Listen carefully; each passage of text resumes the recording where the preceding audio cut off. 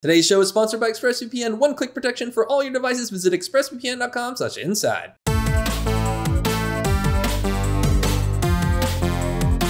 It's a big week for indie games as Xbox just hosted their ID at Xbox Summer livestream, and Nintendo just raised the bar with their own event. The Nintendo Indie World Showcase, which took place this past Wednesday, was packed full of striking indie titles which will be timed Switch exclusives and available in the very near future. In fact, some of the games that were shown are surprisingly already available. For example, games like Axiom Verge 2, which a number of us have been eagerly anticipating after the first game proved to be such a solid homage to a bygone era with its own modern spin and unique style. Axiom Verge 2 is actually a prequel to the first game, and according to the game's solo developer, Thomas Hopp, it doesn't really matter which order you play them in, but you can expect new characters, new powers, new enemies, and a new world with its own secrets. Another game which launched just yesterday is Garden Story, which looks to be a wholesome, top-down action-adventure game where you play as a young grape charged with protecting your home from a dangerous rock. To complete the triple threat here, Boyfriend Dungeon also just launched, and it's a dungeon-crawling dating sim where you date your own weapons.